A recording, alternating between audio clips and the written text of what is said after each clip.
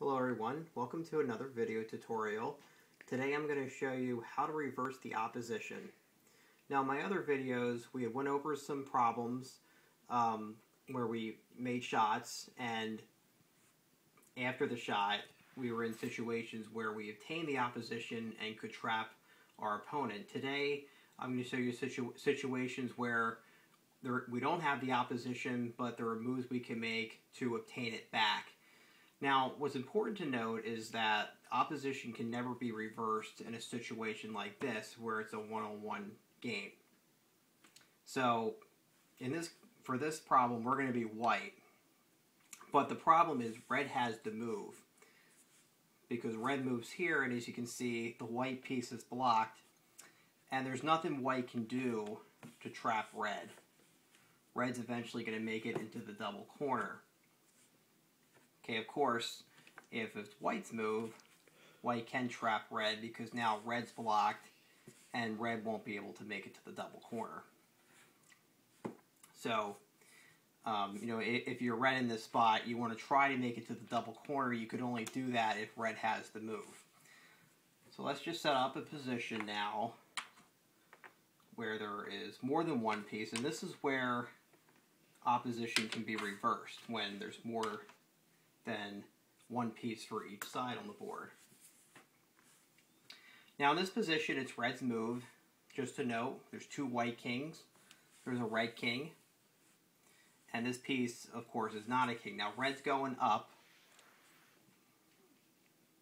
and there's two possibilities as you can see for red. Either, of course, red can't move here, or white will just double. So red can move here, or red could move here.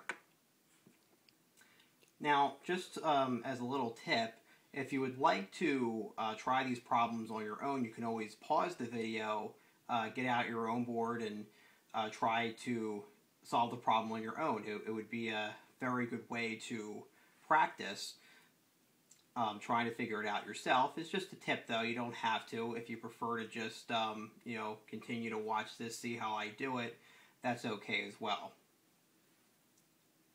So let's just first determine who has opposition, because that's about the first thing you want to do in these endgame situations is, who has opposition. Now it's red's move, but as you can see, red's being blocked each way. So white has the opposition. So this move wouldn't work, because now white can just move down and red's blocked. The king can't move, this piece can't move. Either way, white's going to have a win. So the better move, and this is the first way that you can reverse opposition, is to make an exchange. Have red move here. White has to jump. Red jumps back. And now either way that white goes, white's going to lose because white doesn't have the move anymore. White moves here, trying to get to the double corner, but red has enough time to block him off, and red wins. So white had the opposition, but red was able to reverse it because of the exchange. I'm going to show you another way that we can utilize the exchange idea. Put a red piece here. Put a white king right here. Alright. So just to get things straight, everything's a king except this piece. Now white is going this way, it's coming down. And as you can see, red does have an advantage because this white piece is trapped. Now again, if you want to try this on your own, you're more than welcome, or you can just watch me as I do it.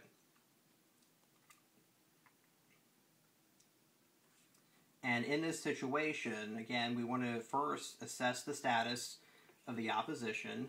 It's red's move. Now we know that these pieces square off. Okay, let's just say red moves here, then white moves here, red moves again, white moves again, and we're going to see eventually the red piece is blocked off. So white has opposition in this spot. Red moves, white moves, red moves, and white has opposition. So trying that route to trap white doesn't work. Okay, instead, this is the way to do it. Move red here, white comes up, and do you see a better move that red has? Keeping the exchange idea in mind, you might notice that if red moves here, now red can set up a win. White's going to move here trying to get to the double corner, but now all red has to do is move here, white jumps, red jumps back, and white's trapped. It's not going to be able to make it to the double corner. So that's another way that exchange can be used to reverse opposition. We're going to set up another problem here. And this is another way that we can reverse opposition. Now in this spot, it's red to move.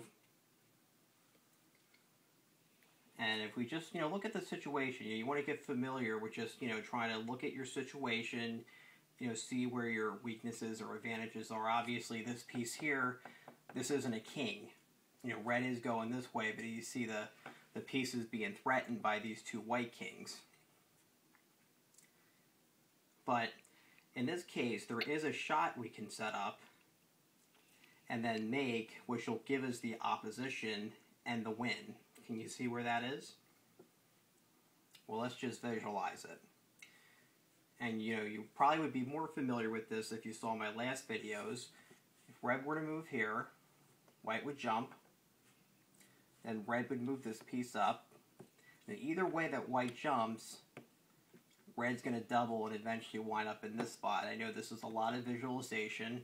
You just have to get in the habit of doing this when there's obviously pieces on the board, because you can't move your pieces to visualize, and you have to learn to do it in your head. So the red piece is here.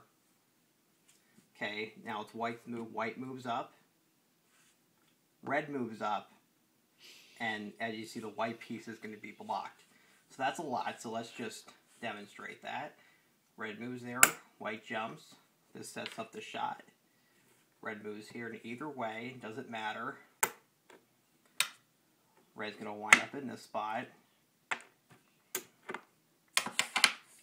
Now it's white's move, but now red can trap white because red has the opposition. So that's another way you can reverse it. You can, reverse it off of a shot like that. And there's one more way today that I want to show you of how you can reverse opposition. And this is what we call in checkers the dog hole. It's the dog hole idea. So we're going to move here. Okay. Now in this spot, it's red's move. Now white, this is a small piece. It's coming this way. And as you can see, red's actually blocked off with it being red's move. But red does have an advantage here. Obviously, this white piece wants to get in here for a king. All red has to do is move in here. Sets up a dog hole. The white piece can't move. And now this piece can't advance. It has to come back. Red has just reversed the opposition. Red follows him, and eventually white is trapped. Let me just go over one more problem with you. And I would really suggest that you do try to do this on your own, and if you can get it, you're certainly making serious progress. So you're more than welcome again to try this out. But if not, that's okay too. So in a problem like this is obviously a little more complex. The first thing that you want to do, what I like to do is I like to, in an endgame situation like this, see where my advantages are. And we can see that we do have some advantages. We have a small piece up here, not even close to king's row. And we have a king here, but it's not in the double corner, and we have a red piece right here. So one thing we can tell ourselves is, well, if we move red here, this king is trapped. And now all white has to work with is this piece up here. and we have a king here. So another thing to do before you actually start moving is, we see where advantages are. Let's determine opposition. If red were to move here, this king would be trapped. Then it would be white's move. White would be on this square. This piece would move up, be on this square. Then white would move, and now you see the red piece, the red king is stopped. So white actually has opposition. Now, if the red king was here, it'd be different. The red would move down here, white would move, and you see it can trap the piece. But such is not the case because of where the red piece is.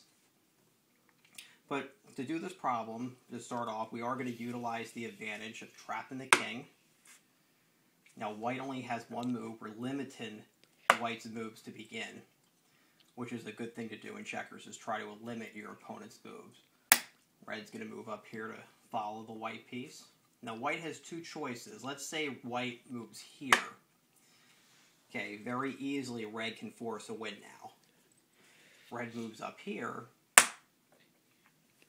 He's threatening to come from behind the white piece, and this white piece wouldn't be able to escape. So white's going to try to move in here to escape. All that red has to do is move back, and the white piece is trapped.